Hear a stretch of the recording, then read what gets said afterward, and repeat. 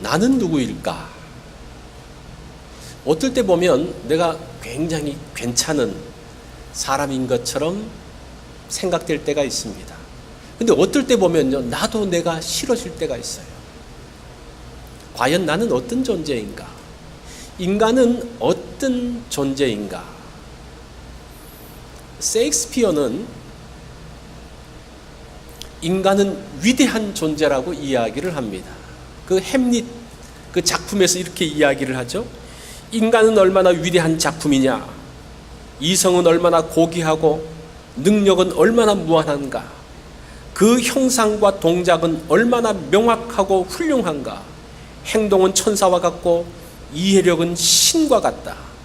그는 만물의 영장이다. 이 셰익스피어의 인간관에서는 어둠이 없습니다. 자신만만합니다. 근데 그 반대편에 사람이 있어요. 파스칼. 이 파스칼이 팡세에서 이렇게 이야기를 합니다. 인간이란 어떤 괴물이냐?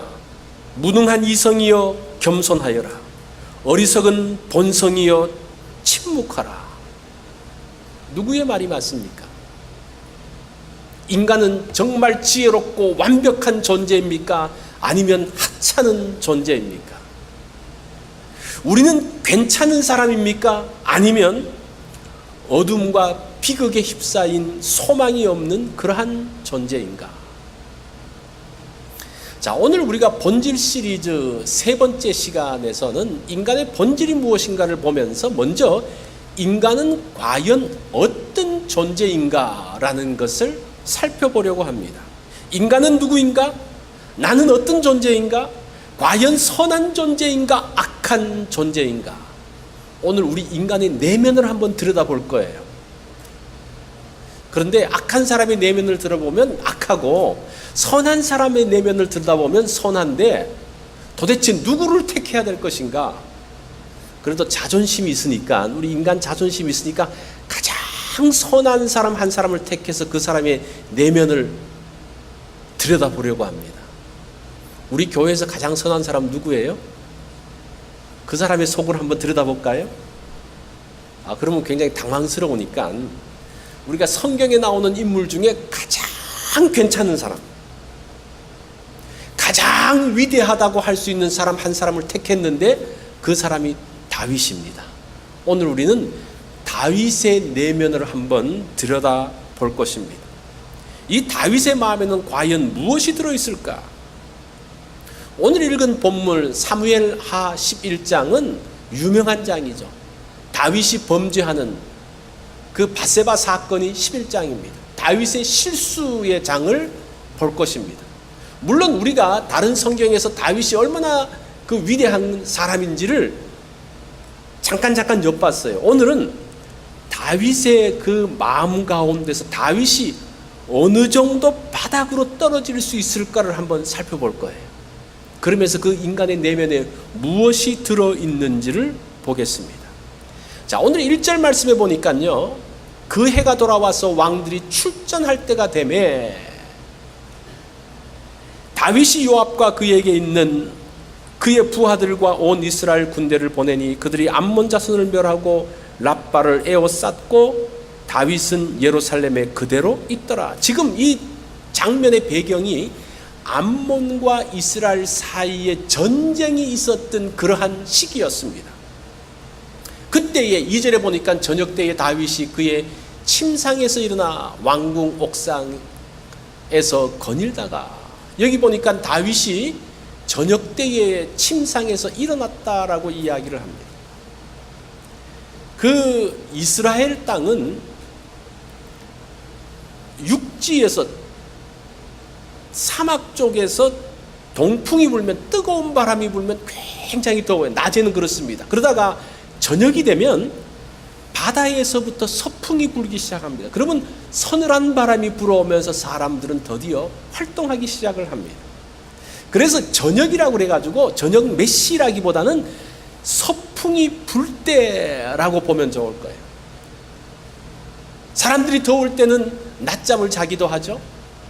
그래서 이 다윗이 하루 종일 잠자다가 일어났다라고 말하는 것은 조금 비약이 있는 것 같고, 오수를 즐기다가 시원한 바람이 불면서 나와서 왕궁 옥상 위로 올라갔습니다. 자, 그런데 이 왕궁 옥상에 있는데 그가 옥상에서 이 예루살렘 도시를 바라보는데 한 여인이 목욕하는 장면을 보게 됩니다. 그런데 이 다윗이 그것에 눈을 떼지 못해요. 그러면서 뭐라고 말합니까? 심히 아름다워 보였더라고 이야기를 합니다. 이럴 때가 있어요. 좋지 않은 것을 보고 빨리 눈을 떼야 되는데, 빨리 돌려야 되는데 계속 거기에 주목할 때가 있습니다. 그런데 거기서 끝나는 것이 아니고 한 걸음 더 나아가서 행동할 때가 있습니다. 그 신하에게 뭐라고 이야기를 합니까? 신하에게 무슨 이야기를 해요? 저 여인이 누군지 한번 알아보라고 이야기합니다. 그래서 그 여인을 알아보게 합니다. 그리고 뭐라고 이야기합니까? 한 걸음 더 나가서 그 여인을 데려오라고 이야기합니다. 데려와서 동침하게 되는 거예요. 그러면서 레드라인을 넘어섭니다. 이 다윗이 이 여인이 유부녀인 것을 알았어요. 사실은 이 왕국은 왕의 것입니다. 그죠? 그렇지만 왕이 건드리지 말아야 될 부분이 있어요. 남의 아내는 건드려서는 안 됩니다. 그런데 거침없이 그 경계를 넘어서고 있습니다. 도대체 그 다윗의 마음에서는 어떤 일이 벌어지고 있을까요? 자, 그러면서 문제가 생겼습니다. 바세바가 다윗에게 말하기를 자기가 임신했다고 이야기를 합니다. 어떤 분들은 이 다윗이 한 번 불장난으로 끝나는 것이 아니라 지속적인 관계를 가졌다라고 이야기를 합니다. 일리가 있는 이야기예요. 그렇지만 제가 여기 대해서는 좀 더 길게 설명하지 않겠습니다. 자, 그러면서 이 임신 사실과 함께 자신의 부정이, 자신의 범죄가 드러나게 됩니다. 그래서 이 다윗은 어떻게 하면 이 범죄를 덮을까, 이 부정함을 덮을까를 생각합니다. 그러면서 급히 전쟁터에 기별을 해가지고 요압 장군에게 우리아를 보내라고 이야기를 하죠. 그래서 그 우리아가 왔습니다. 그 명목은 무엇인가 하니 전쟁터 상황을 보고하기 위해서 보내라는 건데 다윗은 다른 뜻을 갖고 있었죠. 그러면서 전쟁터에 일어났던 이야기를 듣고 난 다음에 말합니다. 아, 정말 수고 많이 했어? 오늘은 집에 가서 편안히 쉬어. 그리고 우리아가 나오고 난 다음에 왕의 음식이 우리아의 집으로 배달이 됩니다. 그런데 이 우리아가 집에 들어가지 않아요. 어디서 잡니까? 그 왕궁 군인들이 있는 수비대에서 잠을 자게 됩니다. 지금 다윗의 생각은 무엇인가 하니 이 우리아가 자기 집에 가서 아내와 잠자리를 하면 자신의 그 모든 부정을 덮을 수 있다라는 생각을 했습니다. 그런데 우리아가 자기 뜻대로 움직여지지 않는 거예요. 그 다음날 다시 우리아를 부릅니다. 아니, 어젯밤에 집에 가지 않았다면서. 그러니까 이 우리아가 뭐라고 말합니까? 예, 지금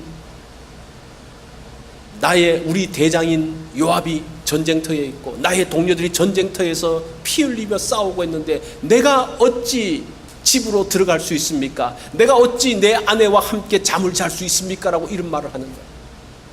이 다윗은 집으로 보내야 되니까요. 그날 술을 잔뜩 먹입니다. 그런데도 이 우리아는 집으로 가지 않고 또 수비대에 있는 거예요. 어떤 그 저술가는 그렇게 이야기해요. 이 장면에서 술 취한 우리아보다 멀쩡한 다윗이 훨씬 악했다라고 이야기를 하고 있습니다. 자, 이 우리아의 충성스러운 그것 때문에 다윗의 플랜 A가 무산이 되는 거예요. 다윗이 자기의 그 범죄를 숨기기 위해서 플랜 A, 플랜 2를 딱 마련해 놨습니다. 일단 집으로 들어가면 A가 성공하는데 이 A가 성공하지 못하니까 B를 꺼내기 시작합니다. 그러면서 12절에 보면 무슨 이야기를 하는 거 아니? 다윗이 우리아에게 이르되 오늘도 여기 있으라, 내일은 내가 너를 보내리라. 이 말씀 한번 잘 들어보세요. 내일은 네가 살든지 죽든지 끝장난다는 거예요.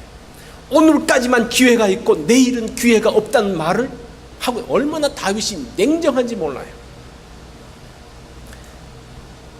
그렇지만 우리아는 그날도 다윗의 제안을 거부하고 집으로 가지 않습니다. 플랜 A는 실패하고 플랜 B를 꺼냈는데 그게 뭡니까? 우리아를 죽이는 거예요. 그래서 다윗이 편지를 씁니다. 요압 장군에게 갖다 주라 그러는데 그 편지를 누가 들고 가요? 그 편지의 내용이 뭡니까? 우리아를 죽이라는 내용이에요. 그 편지를 누가 들고 가요? 우리아가 들고 가는 거예요. 자기 죽음의 편지를 자기가 들고 가는 거예요. 도대체 이 다윗의 마음에는 무엇이 들어있습니까? 이 편지를 본 모압이 다윗의 명대로 우리아를 가장 맹렬한 전투에 보냅니다. 그리고 나머지 군인들을 빼는 거예요. 그래서 거기서 죽게 만듭니다. 우리아와 함께 몇몇 군인들이 억울하게 또 함께 죽게 됩니다. 그리고 난 다음에 이 요압은 다윗에게 보고를 합니다. 전쟁터에서 군인들이 죽었습니다. 그런데 거기에 우리아도 함께 있었습니다.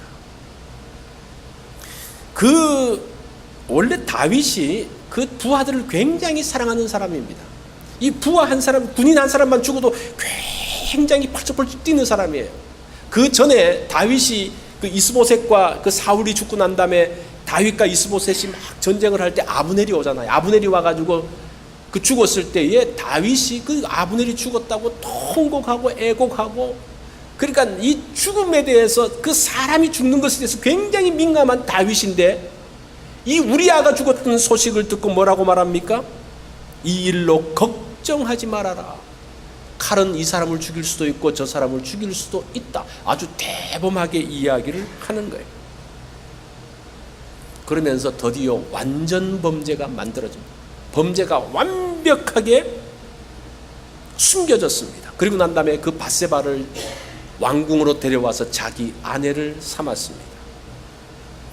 자, 우리가 뭐 이 성경 스토리 너무나 잘 아는 내용인데, 여러분이 이런 일을 할 수 있겠습니까? 우리가 이게 당연하다고 생각하는데 여러분이 이런 일을 할 수 있겠어요? 이 간음의 문제는 둘째치고 나의 부정함을 숨기기 위해서 사람을 죽일 수 있습니까? 내가 마음에 드는 여인이 있다고 그 남편을 쥐도 새도 모르게 죽이고 그 여자를 데리고 와서 같이 살 수 있습니까? 얼마나 섬뜩합니까? 얼마나 섬뜩해요. 지금 이것이 우리가 알고 있는 다윗 맞습니까? 하나님이 다윗에 대해서 그는 내 마음에 합한 자라고 하나님마저 인정했던 그 다윗이 맞습니까? 도대체 이 다윗의 마음에는 무엇이 들어있습니까? 그 인간의 마음에는 죄성이라는 괴물이 들어앉아 있습니다. 죄성, 죄의 성분 또는 죄를 향한 성향, 그 죄성이 들어와 있습니다. 이 죄성은요, 성군을 한순간에 폭군으로 만들어버립니다. 선한 사람을 한순간에 악인으로 만들어버립니다. 인간은 죄성을 가진 존재입니다. 이 죄성이 눈을 뜨고 움직이면서 무시무시한 일들이 벌어지기 시작합니다. 인간 속에 있는 이 죄성은 과연 어떤 것인지 오늘 한번 살펴보겠습니다. 이 죄성이라는 것은 확장되어져요. 다윗이 목욕하는 여인을 보면서 잠자던 죄성이 눈뜨기 시작하면서 움직이기 시작합니다. 그러면서 다윗의 정욕을 건드리기 시작을 해요. 그래서 그 여인을 취하지 않으면 안 되는 상황으로 막 몰고 가는 거예요. 이게 죄성이에요. 이게 해서는 안 되는 걸 알죠. 그렇지만 자꾸 그쪽으로 들어갑니다. 이 3절에 보면요, 그 목욕하는 여인이 누군지를 알아보라 그랬을 때 그 신하가 와서 보고하기를 뭐라고 말하는가 하니, 그는 엘리암의 딸이요 햇사람 우리아의 아내 밧세바가 아닙니까? 이렇게 이야기해요. 이것이 이제 무슨 말인 거 아니? 그 뉘앙스를 그대로 살리면요, 그 예루살렘 구시가지는 별로 크지가 않습니다. 그 집들이 누구누구 사는지 대충 다 알아요. 그런데 엘리암의 딸이요. 그 말은 다윗 왕도 아시는 것처럼 그 여인은 엘리암의 딸이 아닙니까? 그 한 가지. 두 번째는 그 사람이 당신의 부하인 햇사람의 용병 대장 우리아의 아내입니다. 이 우리아는 다윗의 30인 용사에 포함되어 있어요. 다윗을 위해서 굉장히 공을 세우고 수고한 충성한 사람입니다. 그런데 지금 당신이 보고 있는, 관심을 갖고 있는 그 여자가 누구라는 겁니까? 당신의 부하고 당신의 충성스러운 신하인 우리아의 아내입니다. 이 말은 건드려서는 안 됩니다. 그런 말이에요. 그런데 어떻게 합니까? 다윗의 마음에서 죄성이 움직이기 시작하니까요, 해서는 안 되는 일들을 자꾸 넘어가게 되는 거예요. 이 왕궁에도 법도라는 게 있어요. 뭐 왕이 여러 아내를 취할 수 있죠. 취하는데도 방식이 있어요. 결혼하지 않은 사람을 취해야죠, 그죠? 그리고 그것을 간택하는 영을 내리고 뭐 어떤 절차를 통해서 하는 그 절차가 없습니다. 해버려요. 하나님께서 분명히 십계명을 통해서 말씀하고 있어요. 남의 것들에 대해서, 남의 아내에 대해서 하지 못하게 분명히 선을 그어 놓았습니다. 그런데 그 선을 어떻게 합니까? 이 다윗이 넘어가고 있어요. 이것을 숨기기 위해서 우리아를 부릅니다. 우리아가 왔어요. 우리아를 보는 순간 다윗이 미안하지 않겠습니까? 사람도 양심이 있지, 미안하지 않겠어요? 그리고 이 우리아를 그 자기 집으로 돌려보내려고 하는데, 이 우리아가 자기는 집에 돌아갈 수 없다는 거예요. 자기와 함께 있는 전우들을 생각하면서 할 수 없다는 거예요. 지금 왕의 전쟁에 와 있기 때문에 내가 그냥 이 수비대에 있겠다고 말합니다. 얼마나 감동스러운 말을 하고 있습니까, 지금. 이 감동스러운 장면을 보면서 이 다윗이 찔리지 않습니까? 그런데 이 죄성이 움직이니까요, 이 충성스러운 신하를 죽여버립니다. 죄성이 이처럼 무서운 거예요. 이것이 인간 속에 들어와 있습니다. 제 안에 들어왔어요. 여러분 안에 지금 들어와 있어요. 그것을 거부할 수 없습니다. 아담의 범죄 이후에 인간의 마음속에 죄가 들어왔습니다. 바울은 뭐라고 이야기하면, 그 죄성을 보면서 뭐라고 이야기합니까? 그 마음속에서 죄성이 움직이기 시작하는데 고통스러워서 오라 나는 곤고한 자로다. 그렇게 고통스러워하는 그 다윗의 외침처럼 그 죄성이라는 것이 그 인간의 마음속에서 인간의 마음을 흔들어 놓고 있습니다. 누구도 막지 못합니다. 죄성이 움직이면 누구도 막지 못해요. 그래서 예레미야가 뭐라고 이야기합니까? 만물보다 거짓되고 심히 부패한 것은 무엇이다? 마음이다. 누가 이것을 알리요? 누가 이것을 알리요? 이것이 인간의 마음이에요. 자, 두 번째로 이 죄성은 무엇인고 하니, 무감각하게 만듭니다. 무감각하게. 이 죄성이 심각한 거는요, 죄를 짓는데 감각이 없어요. 죄가 분명히 죄인데도 이게 죄인지를 알지 못합니다. 이게 지금 죄성의 문제예요. 다윗이 우리아를 죽이고 난 다음에 이제 우리아가 죽었다는 보고가 올라옵니다. 그때 뭐라고 말하는 거 아니? 25절을 보면요, 너는 요압에게 이같이 말하기를 이 일로 걱정하지 말아라. 이 걱정하지 말라는 말이 무슨 말인 거 아니? 잘못이 없다는 그런 말이에요. 잘못 없어. 27절에 보면 똑같은 사건에 대해서 하나님이 말씀하시는데, 하나님은 뭐라고 말합니까? 다윗이 행한 그 일이 여호와 보시기에 악하였다라고 이야기해요. 이 악하다라는 단어, 걱정하지 말라는 단어가 똑같은 단어예요. 라라는 단어예요. 그런데 다윗은 그것을 보면서 잘못이 아니다라고 이야기하고, 그죠? 하나님은 그것이 잘못이다라고 이야기하고 있습니다. 자신이 함정을 만들어 놓고 변명하기를 전쟁터에서는 사람이 죽을 수도 있어. 그렇게 그냥 묻어버립니다. 이 죄의 심각성은 멈추지 못하는 것도 문제지만 그 가운데 들어가면 자꾸 무감각해진다는 겁니다. 나중에는 그것이 죄가 아니라고 이야기를 해요. 그래서 로마서에서는 뭐라고 이야기합니까? 그들이 이 같은 일을 행하는 자에게 사형에 해당한다고 하나님이 정하심을 알고도 자기들만 행할 뿐 아니라 또 그런 일을 행하는 자들을 어떻게 한다고 말합니까? 옳다 하느니라. 그렇게. 아, 그거 괜찮아, 옳은 거야 라고 이야기한다는 겁니다. 지금 분명히 하나님은 악하다고 이야기하는데 다윗은 요압에게 아, 괜찮아, 그럴 수 있어, 걱정하지 말고 그냥 너 전쟁하는 일이나 열심히 해. 이것이 죄성의 무서움입니다. 오늘도 마찬가지예요. 명백한 죄입니다. 사람의 도를 저버렸습니다. 명백히 하나님의 말씀을 어겼습니다. 근데 그것을 옳다고 그래요. 옳다고 그래요. 이 죄성에서 심각한 것이 그거예요. 나중에 그냥 죄를 짓고 지으면서 그냥 옳고 괜찮고 문제가 없다라고 이야기합니다. 양심이 마비되어지고 수치심이 사라져버렸습니다. 11번째 계명이 있다 그래요. 11번째 계명. 그게 무엇인가 하니? 죄를 지어도 들키지 말아라. 12번째가 먼저 나왔네. 11번째는 죄를 지어도 들키지 말아라. 들키지 않으면 죄가 아니라고 그래요. 그래서 어떻게 합니까? 자꾸 숨기려고 그래요. 숨기려고 그래요. 다윗도 지금 어떻게 합니까? 숨기려고 그러잖아요. 그죠? 근데 12번째 계명이 있다고 이야기해요. 죄를 지어서 들키면 시인하지 말아라. 들켰어요. 어쩔 수 들켰어. 그런데 너 죄졌지. 그런데 절대 시인하지 말라는 거예요. 요즘 이런 거 많이 보잖아요. 그죠? 이런 잘못들을 다 이야기하는데 아, 나는 생각이 안 나는데요.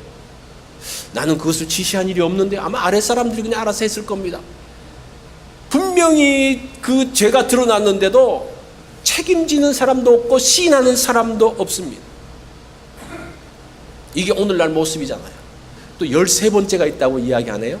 13번째는 뭔가 하니 죄가 드러나서 인정하게 될 상황이 되어지면 나만 그런 게 아니고 모든 사람이 다 하는 거야, 이렇게 말한다는 겁니다. 이게 뭡니까? 인정하지 않는 거죠. 그렇죠. 이런 말 하잖아요. 털어서 먼지 안 나는 사람 어디 있어? 다 죄인이지. 죄 없는 사람이 한번 돌로 쳐봐. 이거 무서운 이야기예요. 예수님 말씀을 이상하게 바꿔버리고, 너희들 중에 죄 없는 사람이 한번 날 쳐봐. 내가 이렇게 죄를 지었어. 한번 쳐봐. 얼마나 당당한지 모르는, 죄를 지었으면서도 얼마나 당당한지 모르는, 이게 죄에 대한 무감각입니다. 이게 무엇이 죄인지 모호해졌습니다. 이게 현대사회의 특징이에요. 포스트 모더니즘의 특징입니다. 절대 진리가 없어요. 하나님의 진리, 하나님의 말씀, 하나님의 계명, 그 진리를 다 거부해버립니다. 그러면서 뭐라고 말하는 거 아니? 네가 느낌이 좋으면 좋은 거야, 그렇게 이야기해요. 네가 그거 하는 게 느낌이 좋아? 그 좋은 거야, 선한 거야. 이 보세요. 다윗과 밧세바 사건을 그대로 적용하면요, 다윗이 밧세바를 보면서 느낌이 좋아요. 보기에 심히 아름답습니다. 그러면 괜찮아요. 내 느낌이 좋으면 괜찮아요. 이게 지금 오늘날 죄에 대한, 오늘날 선에 대한 이야기예요. 선이 그것이라는, 내 느낌이 좋은 게 선이라는 겁니다. 아, 밧세바와 다윗이 좋아서 했으면 오케이, 그거 그냥 좋은 거야. 이게 오늘날 인간의 모습입니다. 죄성을 가진 인간의 모습이에요. 자, 그렇다면 이것이 원래 인간의 모습이었을까? 이런 모습이 원래 인간의 모습이었을까? 창세기 1장 27절에 보면 하나님이 자기 형상 곧 하나님의 형상대로 사람을 창조하시되, 하나님의 형상대로 창조하셨다고. 원래 본질은요, 죄성이 아니라 하나님의 형상이에요.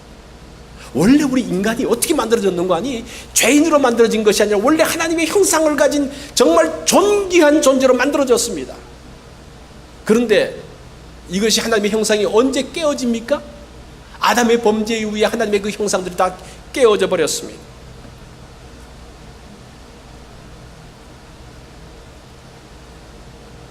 존귀하게 만들어진 그 하나님의 형상들, 우리는 원래 그런 존재입니다. 그런데 이렇게 말하는 분들이 있어요.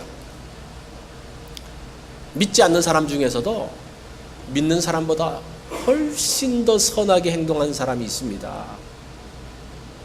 그런데 하나님은 왜 선한 행동을 하는 사람은 구원하지 않습니까? 하나님은 불공평하지 않습니까? 여러분, 이 말이 어떻게 생각하세요? 우리 믿는 사람보다 훨씬 선한 사람이 존재해요. 이거 부정할 수 없습니다. 그죠? 근데 하나님께서 왜 그 사람을 구원하지 않고 별로 그렇지도 않은 사람을 구원할까?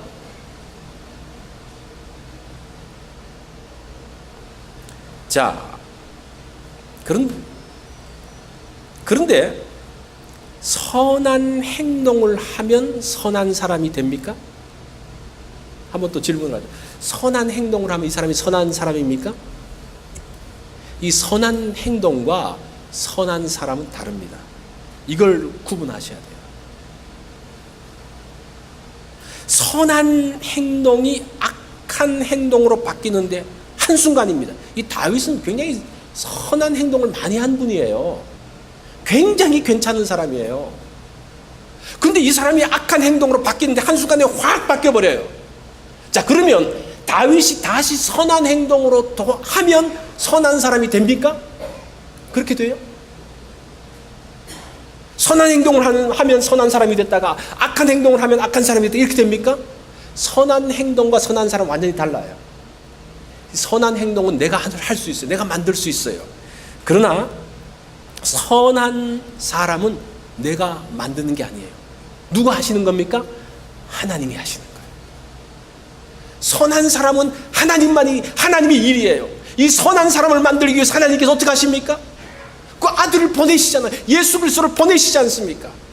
그래서 거듭나게 되어질 때에 예수 그리스도와 함께 죄에 대해서 죽고 예수 그리스도와 함께 다시 살아나면서 선한 사람이 만들어지는 거예요. 선한 행동을 했다고 선한 사람이 되어지는 게 아니에요. 선한 사람 한번 하고 그것하고는 아무런 상관이 없습니다.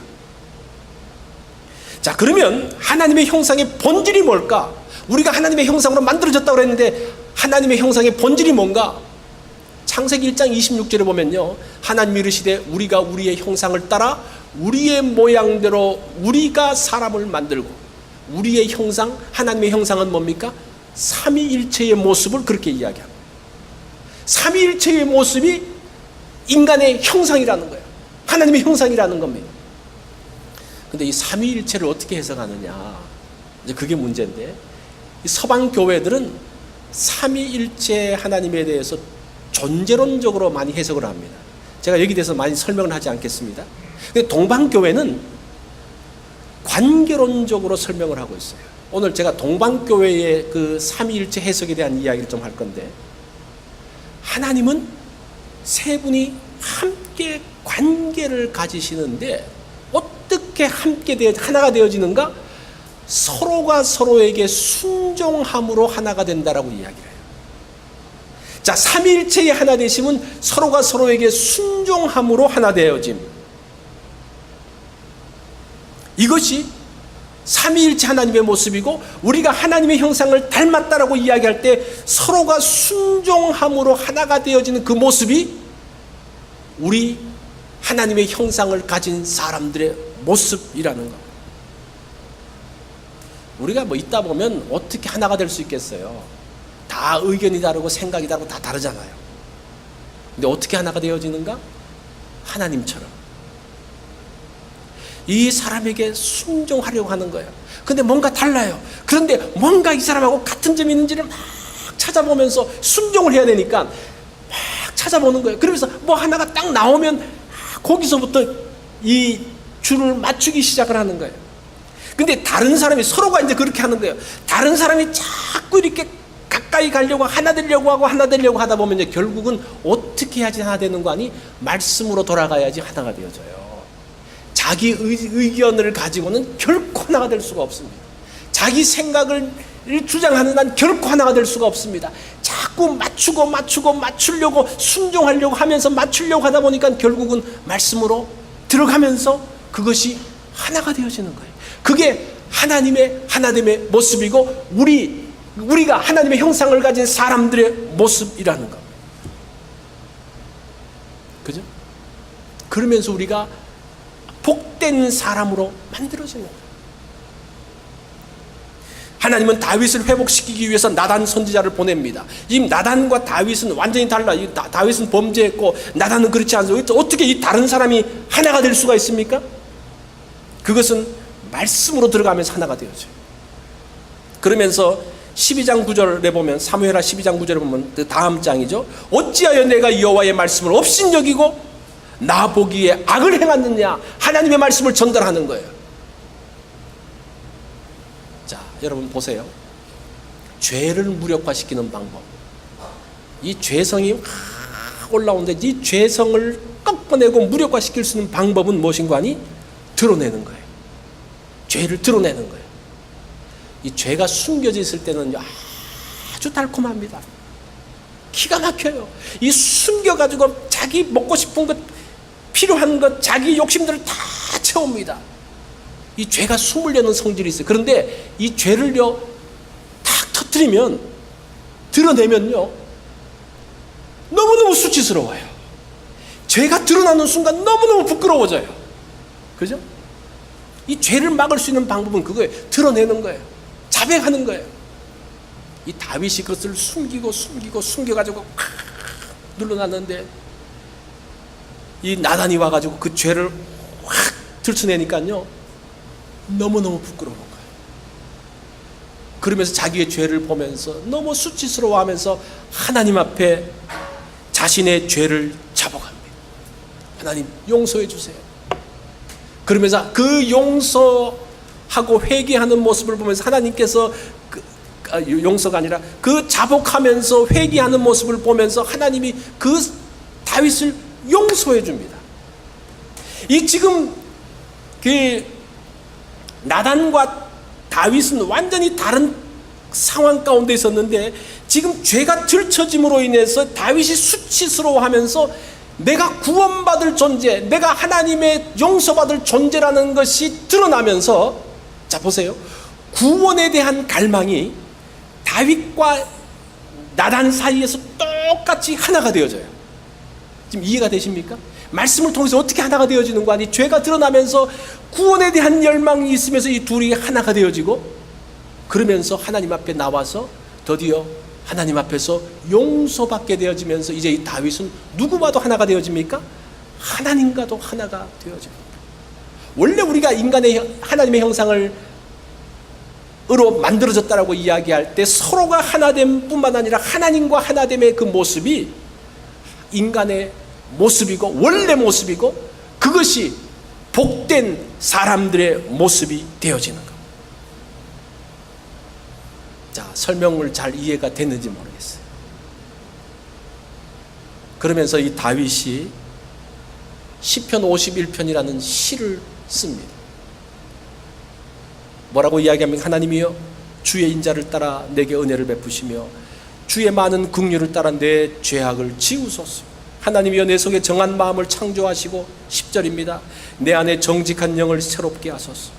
나를 주 앞에서 쫓아내지 마시며 주의 성령을 내게서 거두지 마십시오. 주의 구원의 즐거움을 내게 회복시켜 주시고 자원하는 심령을 주사 나를 붙드소서. 16절에 보면 주께서는 제사를 기뻐하지 아니하시나니 그렇지 아니하면 내가 드렸을 것이라. 주는 번제를 기뻐하지 아니하시나이다. 하나님께서 구하시는 제사는 상한 심령이라. 하나님이여 상하고 통회하는 마음을 주께서 멸시하지 아니하시리이다. 지금 16절에도 나오잖아요. 제사 드리는 선한 행동, 그것이 아니라 통회하는 마음으로 정결케 대한 선한 사람을 원하신다는, 어떤 선한 행동 한 가지를 함으로써 그것이 뭔가 무마되어지는 것이 아니라 하나님 앞에서 정결한 사람으로 선한 사람으로 서려는 그 열망이 이제 하나님의 인정을 받게 됩니다. 이것이 하나님의 형상을 닮은 사람들의 모습입니다. 순종함으로 하나가 되어지는 거예요. 이것이 인간의 본질입니다.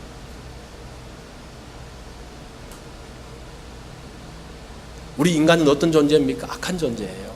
그것을 부인할 수 없어요. 그런데 원래는 우리가 그런 사람이 아니었다는 거예요. 원래는 아니었다는 거예요. 자, 어떻게 이 내 속에 있는 이 죄성, 살아있는 이 죄성을 계속적으로 하나님께 성령님께 굴복시키는 이 죄가 있으면요, 여러분, 이 죄성을 숨겨서는 안 돼요. 어쩔 수 없어요. 그럼 어떻게 하면 이거 자꾸 터뜨려야 돼요. 사람들 앞에 터뜨리면 너무 창피하니까 하나님 앞에 가서 그냥 터뜨리세요. 하나님, 내가 이런 죄를 졌습니다. 하나님 앞에도 부끄러울 때가 있어요. 그거를 이야기를 해보고 그러면요, 그 죄가 힘을 못 써요. 그러면서 우리가 누구와 하나가 되어집니까? 하나님과 하나가 되어져요. 그게 하나님의 형상으로 회복되어지는 거예요. 자, 오늘 우리가 인간이 어떤 존재인가 알았죠, 그죠? 그거 부인할 수 없어요. 그거 인정해야 됩니다. 그렇지만 우리는 원래 그런 사람이 아니었다는 것을 아셔야 돼요. 어떻게 하나가 되어집니까? 어떻게 자꾸 하나님의 형상으로 회복됩니까? 나의 그 죄성들이 올라올 때 드러내고, 그리고 하나님께로 나가서 하나님과 연결되어질 때, 우리가 또 서로에게 순종할 때에 하나님의 모습들이 만들어집니다. 이것이 원래 우리예요. 그렇게 할 때 그것이 우리의 삶들을 복되게 합니다. 우리 다 같이 기도하겠습니다.